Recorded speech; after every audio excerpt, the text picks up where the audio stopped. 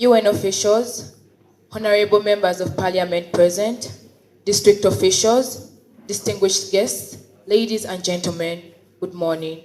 My name is Maria Dominic Alicia Namungu, a very proud student from St. Matthias Kalembas SS Nazigo. Here today to discuss the topic is the quality of education provided by schools, the most critical factor in ensuring population health and well-being. Well, I respectfully argue that no, because even Kofi Annan, a former UN Secretary General and global development advocate, once said, education is a key to development, but without health, there is no development.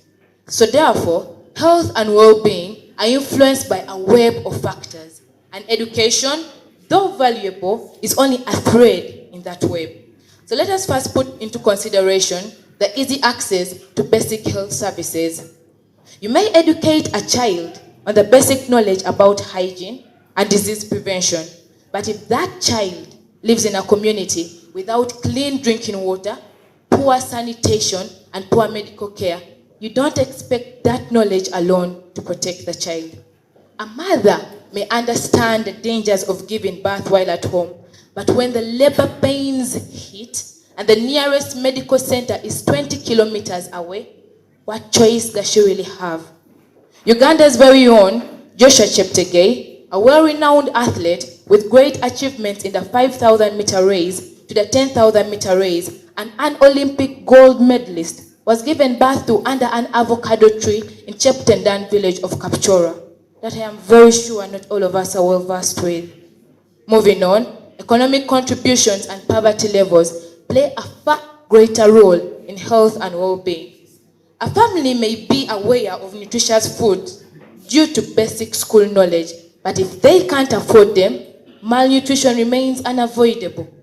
In fact, many illnesses in Uganda stem not from ignorance, but from economic hardships. Economic hardships like high price fluctuation and poverty.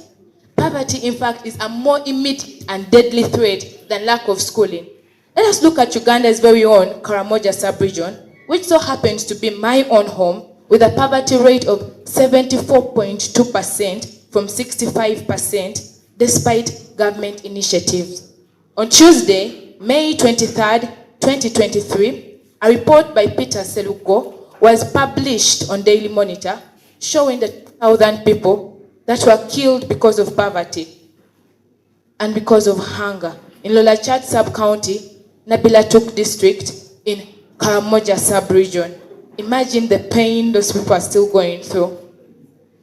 Moving on, let us not forget the many people who were never privileged to receive a formal education. For instance, Edrisa Musuza, a Ugandan artist popularly known as Eddie Kenzo, who has achieved significant success in the music industry. He has won the very first BET award in 2015. He was the very first Ugandan artist to be nominated for a Grammy Award in 2022, and so happens to be married to Honorable Fiona Nyamtoro, the State Minister of Energy and Mineral Development, and is still living life healthily and fulfilling all his heart's desires, despite his limitations to formal education. And on the other hand, even the best schools cannot protect their learners from poor roads, unsafe drinking water, or lack of essential medicines.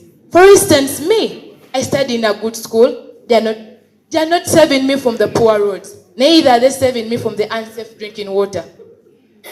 In conclusion, just as Nelson Mandela, a world leader and activist, once said, overcoming poverty is not a gesture of charity. It is an act of justice, a protection of a fundamental human right and the right to dignity and a decent life.